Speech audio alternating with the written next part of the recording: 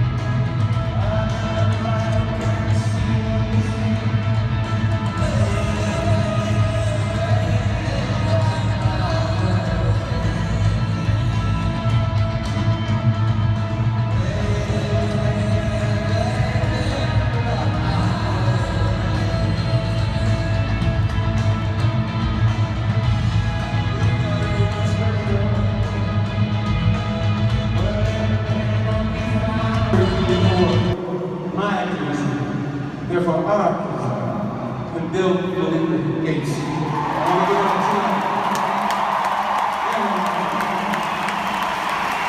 Sometimes it is luminous figures that light the way, but oftentimes it is social movements that lead the way.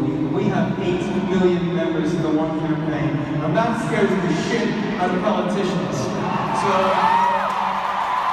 nothing scares the shit out of politicians more than millions of people getting organized.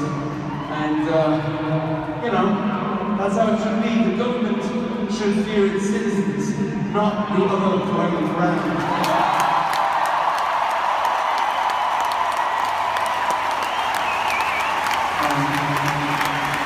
So,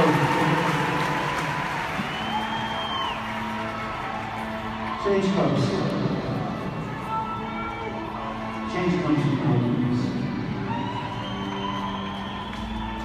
Let me just get into this for a second and just let me feel it.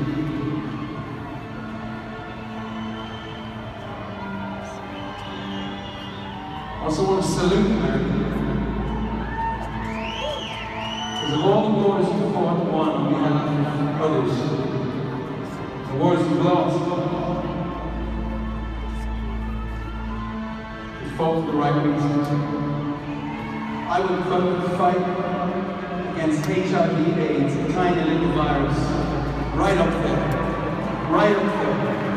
18 million lives saved, largely led by the American people, the American taxpayer, left and right, both working together. Not just for government. Also in commerce, I want to salute the red zones here. Thank you. And the bandmates were seriously involved. The globe through red. I want to thank Tompkins for also turning red. Kevin Johnson, thank you. We need commerce. Commerce. We need everybody in this thing. And tonight, I want to dedicate it to an artist friend, David Wadarovich, who died from this disease, and his buffaloes, who were always associated with the song. So for David Wadarovich.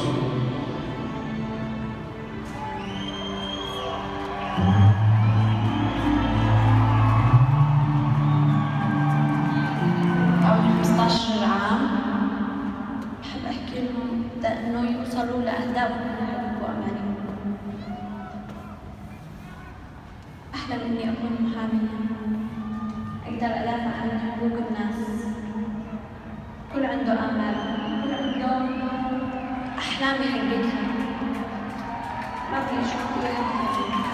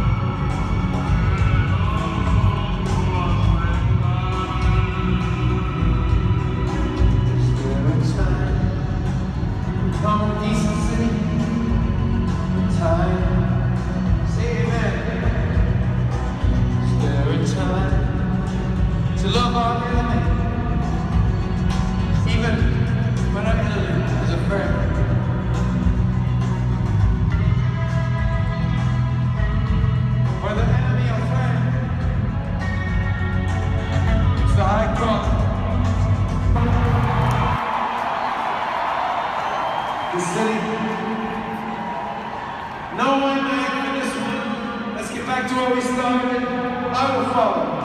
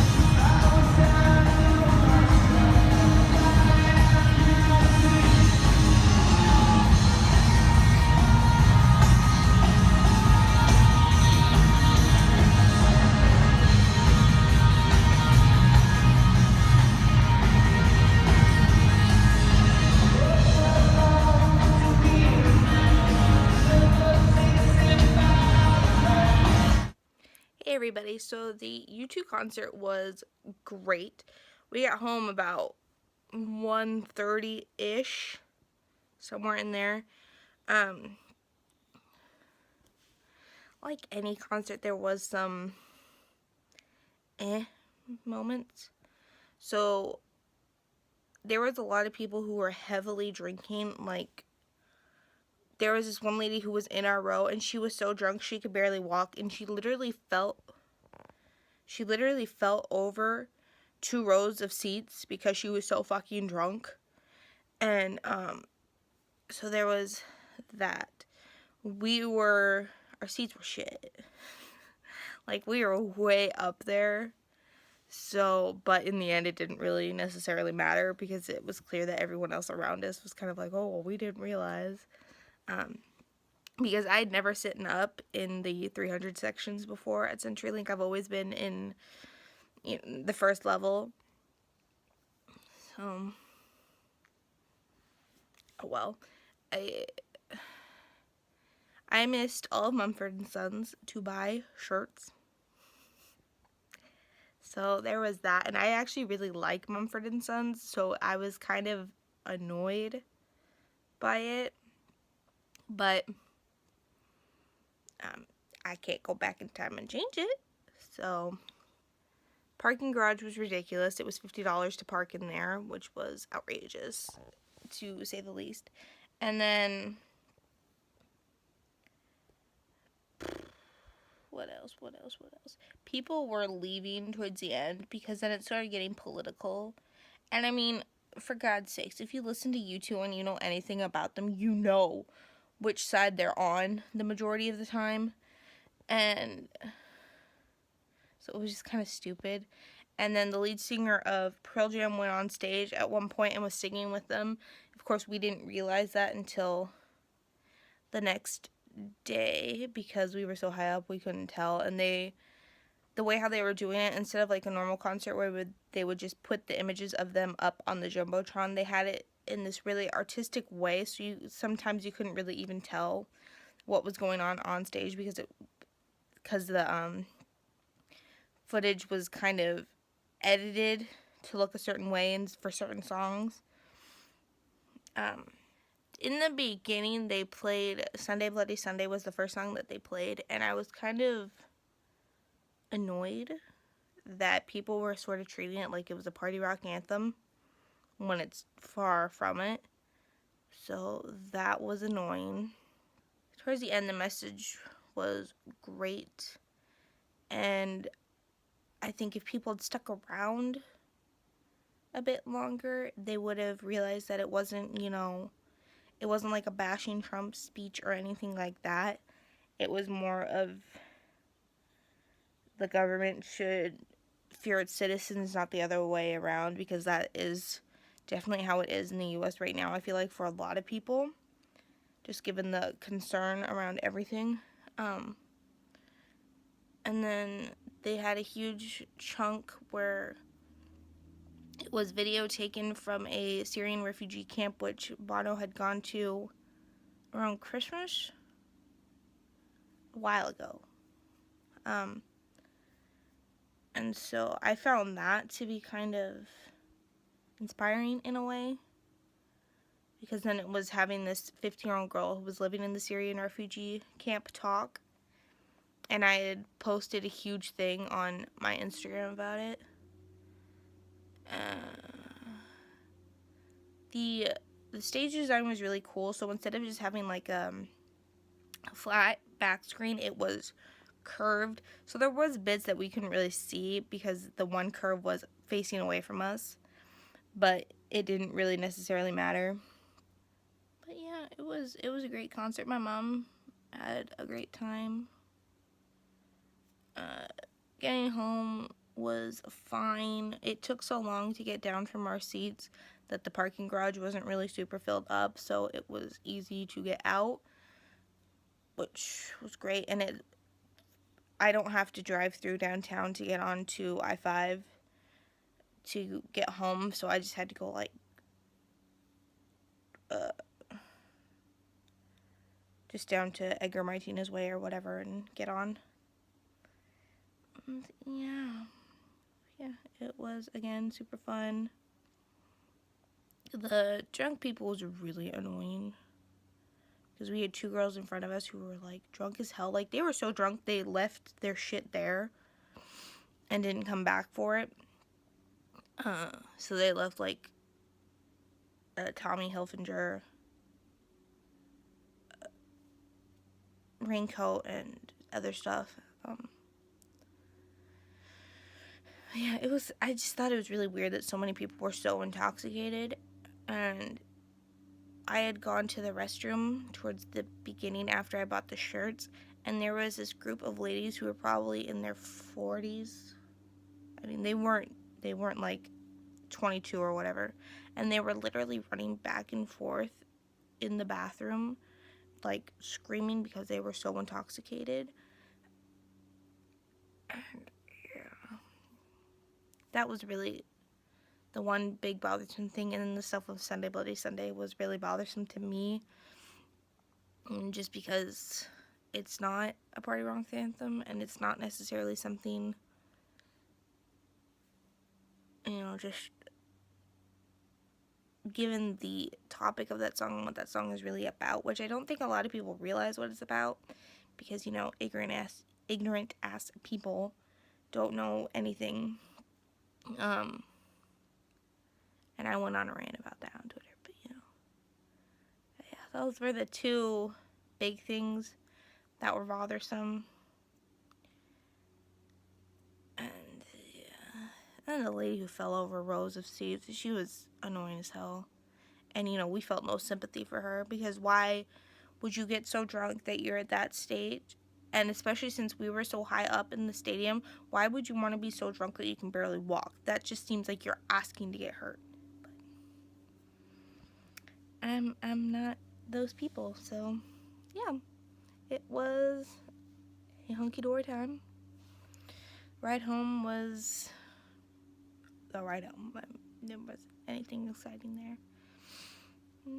Yeah, that was it. So thank you for watching this video.